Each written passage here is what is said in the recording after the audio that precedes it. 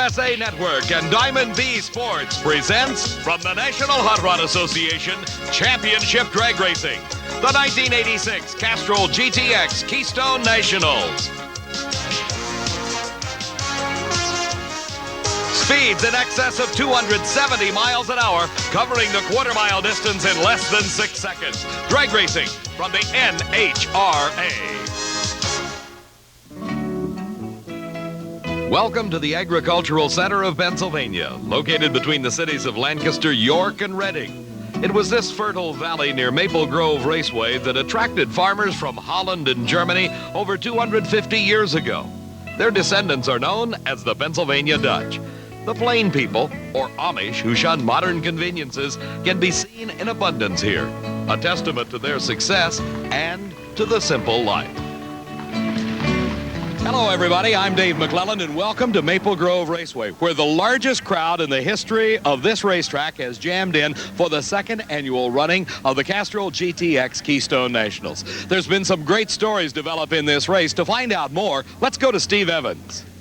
You're right, Dave. There have already been some interesting stories, even though this race is yet young. I'm at the far end of the racetrack, where sometimes I feel like I live, but at least here at Maple Grove, I've got some company, the fine guys of NHRA Safety Safari and this emergency unit. There are some sportsman preliminaries going on right now, but we're only just a few minutes away from the second round of professional action. Now, earlier today in round number 1, the low qualifier in top fuel, Darrell, Gwynn, who you'll recall set the national record just a few weeks ago at the U.S. Nationals. He qualified number 1 here at 5.37 seconds.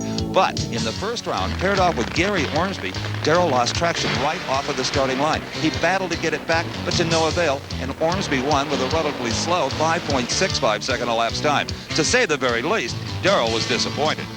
That car was going to run a low 520 today. I'm telling you, when I let go of the brake, right off the concrete pad, and it just shook and smoked the tires. My dad gave me instructions to hold the brake when I left the start line, and it's still charged, even holding the brake. But the minute I let the brake off, it's just smoked the tires. There ain't nothing else we can do. We did the best we possibly could.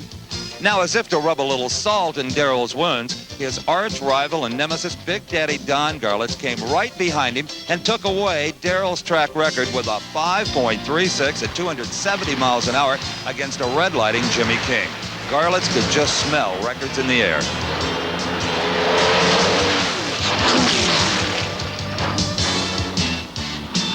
Looks like we're set in position to set another record. How fast, how quick?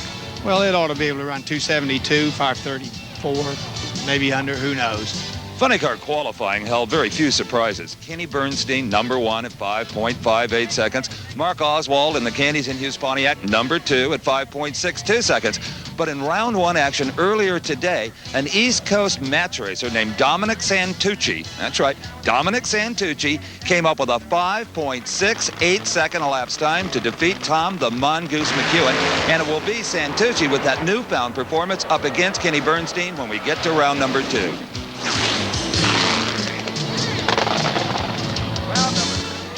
In Pro Stock qualifying, the Bob and Warren show continued. Bob Glidden, the world champion, put his Ford Thunderbird on the pole at 7.41 seconds. Warren Johnson just behind him with his Oldsmobile at 7.45.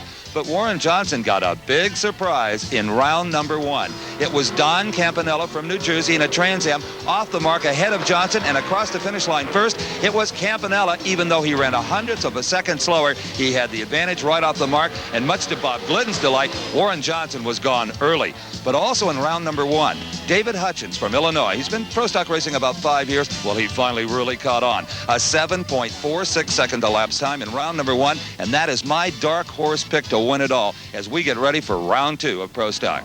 Steve, your dark horse, David Hutchens, driving the Wayne County Speed Shop Camaro, is in the first pair that approaches the starting line. We're in the second round of eliminations of Pro Stock Eliminator at the Keystone Nationals. These 1,000-plus horsepower machines, quite a handful to drive, and it is most important to get a good start. David Hutchens defeated Sam Giannino in the first round race to earn the right to race Stan Mizell. Mizell beat Joe Lapone Jr. in a big upset in the first round of competition. As the two cars approach the starting line, they roll into light beams that are stretched across the racetrack. The tire breaks that light beam, turning on a light on top of the Christmas tree or electronic starting device.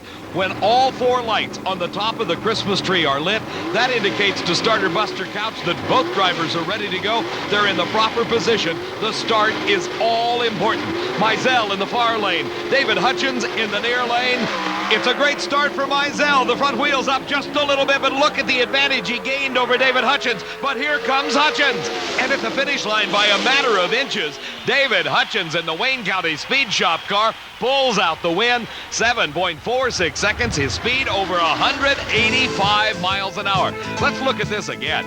You see in the far lane, Stan Mizell gets nearly a 1/10 of a second advantage over David Hutchens. Now it takes a lot of horsepower to come from behind, this far behind, to pull out a win. Hutchens has that horsepower. As they approach the finish line, watch. Just about a fender length, and David Hutchens wins over Stan Mizell. Our next pair to the starting line, the team of Coonce and Clark in the near lane. Don Coonce is the driver. 6 years he's been in pro stock racing. He defeated Dempsey Hardy in the first round. He is racing against Don Campanello, who had the biggest upset of his career when he defeated Warren Johnson in the first round.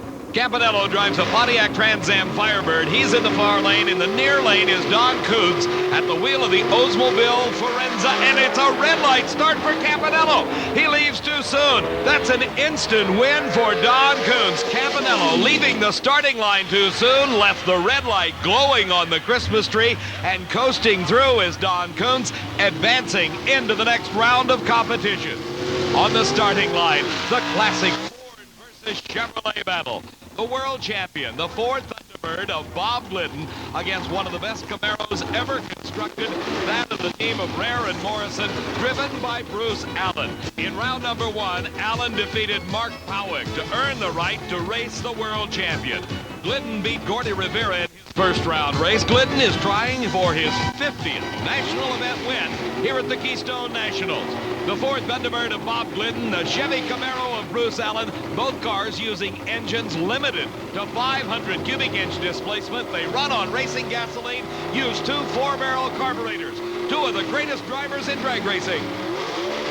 Their stage, a great start for Bruce Allen. He's got an advantage over Glidden. Glidden was the low qualifier. Can he come from behind to catch him? It's oh so close, and he does not. Bruce Allen with an upset win, 7:57, 184 miles an hour, and with a margin of inches at the finish line. It was at the starting line this race was won. Watch as Bruce Allen gained a very slight advantage over Glidden at the starting line. He maintained that advantage through mid-course. Then the Ford Thunderbird began to make just a little bit more power and started pulling up on Bruce Allen. But the finish line came up just a bit too quick for Bob Glidden. There's the margin of victory. Glidden actually ran quicker, but Allen won it at the starting line. Well, Bob Glidden's 50th win will have to come on another day. Bruce Allen off the mark just a little bit ahead of you, and he ran just a tad slower, but he got there first, and that's what matters, of course. We made a terrible run. We had terrible tire shake. Bruce must have made a pretty good run. He did indeed. About 200 between you, but he was really the slower of the two. That's the way it goes in racing. Everybody's complaining about the shake, and here is Bruce Allen. A tremendous victory, Bruce, and you did it driving the car. You had a bit of a hole shot going for you, and that paid off. Racing Bob, you got to do everything right. I mean, you know, just the Levi Garrett car, we finally got a little bit better on, a little shake, but, you know, racing Bob, you just have to get up there and blast him. And I did feel like we might be able to do it. We've been so close, you know, just finally got it. That just Kicked him right out of this field, I'll tell you. That's great. We needed the points. Steve Bruce Allen certainly earning his pay today, driving the Camaro to a win over Bob Glidden. The burnout by Butch Leal, 2-time winner on the National Event Trail this year, racing a rookie driver, Don Beverly, out of Richmond, Virginia. Beverly defeated Jerry Ekman in round number 1, while Butch Leal defeated Joe Sway in the Sway Brothers entry.